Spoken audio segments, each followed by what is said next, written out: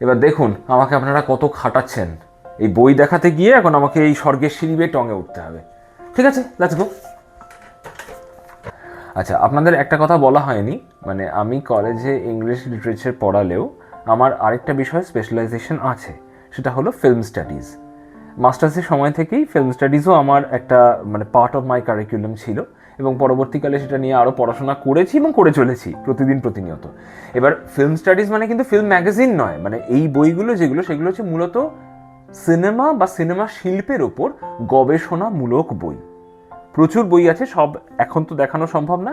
এই তাকে কি আছে, এই তাকে এই যে পার্টিকুলার সিরিজটা এটা বার করেছে প্রতিভাস থেকে। এগুলো হচ্ছে সাক্ষাৎ ফিল্ম মেকার, মানে বিভিন্ন বিখ্যাত চিত্র পরিচালকদের এক একটা সাক্ষাৎকারের বই, ইন্টারভিউজ। তো এই বইটার এই কালেকশনটা আমি এখনো পর্যন্ত যতগুলো বেরিয়েছে আমি সেগুলো কিনেছি। অবশ্যই সত্যি কথা বলছি, সবগুলো এখনো পড়া হয়নি, স্বীকার করতে দোষ নেই। পাশাপাশি এখানে আছে স্বামী অভেদানন্দের যে দুটো বিখ্যাত বই, মরণের পারে মৃত্যু রহস্য, আছে পৌরাণিক অভিধান। পাশাপাশি এখানে রয়েছে বীরেশ্বর বিবেকানন্দ, অচিন্ত্য কুমার সেনগুপ্তের লেখা, রবীন্দ্রনাথের ওপর কিছু বই, সুন্দরবনের ওপর কিছু বই। এগুলো সবই কিন্তু গবেষণামূলক বই। রিডিফাইনিং রিয়ালিটি, এটা আমার একজন মানে প্রাক্তন সহকর্মী এবং সঙ্গীত শিল্পী শ্রীমতী পৃথা চ্যাটার্জি তার লেখা একটা বই।